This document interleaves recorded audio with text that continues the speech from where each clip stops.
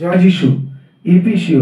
ইফিসীয় পৌলের অন্যান্য কারাগারের পত্রগুলির মধ্যে এটি প্রথম।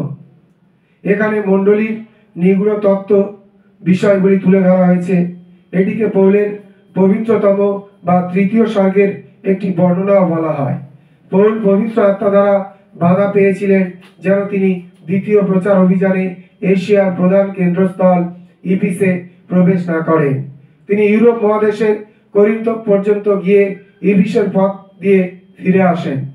তার তৃতীয় প্রচার অভিযানে আবার সেখানে ফিরে আসেন এবং 2 দিন সেখানে পরিচর্যা করেন। ইফিসের লোকেরা অন্যদের ছাড়াও পৌলের কাছ থেকে বাইবেলের সুন্দর শিক্ষা বিশেষভাবে লাভ করে। পৌল এখানে যদিও প্রতিকূল অবস্থার সম্মুখীন হয়েছিলেন, কিন্তু ঈশ্বর তাকে রক্ষা করেছিলেন। তিনি ইফিসের মণ্ডলীকে ভীষণ ভালোবাসতেন।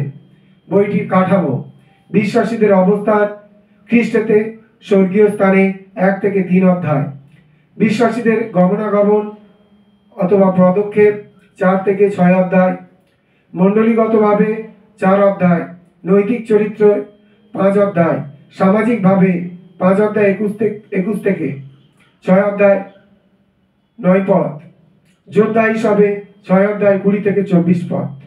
জয় যিশু।